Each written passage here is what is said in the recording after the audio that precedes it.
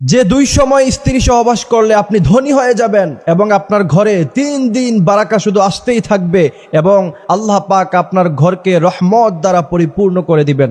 আমরা কখন করলে পরে ঘরের মধ্যে রহমত বারাকাত সাকিনা নাজিল হবে, এটা খুব গুরুত্বপূর্ণ একটি বিষয়। 2টি সময় আমি আপনাদেরকে বলে দিব। সেই 2টি সময়ের মধ্যে থেকে 1 নাম্বার সময় হলো রাতের বেলা আপনারা ঘুমিয়ে পড়বেন খুব দ্রুত, কিন্তু তাহাজ্জুদ নামাজের সময় ঘুম থেকে উঠে যাবেন। ঘুম থেকে ওঠার পরে আপনারা তাহাজ্জুদ নামাজ পড়বেন, দেন ফজরের নামাজ পড়বেন। ফজরের নামাজের পরে এরপরে যদি আপনি স্ত্রী সহবাস করেন, ইনশাআল্লাহ আল্লাহ পাক আপনার ঘরের মধ্যে রহমত বারাকাত সাকিনা নাজিল করবে। এর কয়েকগুলি কারণ আছে।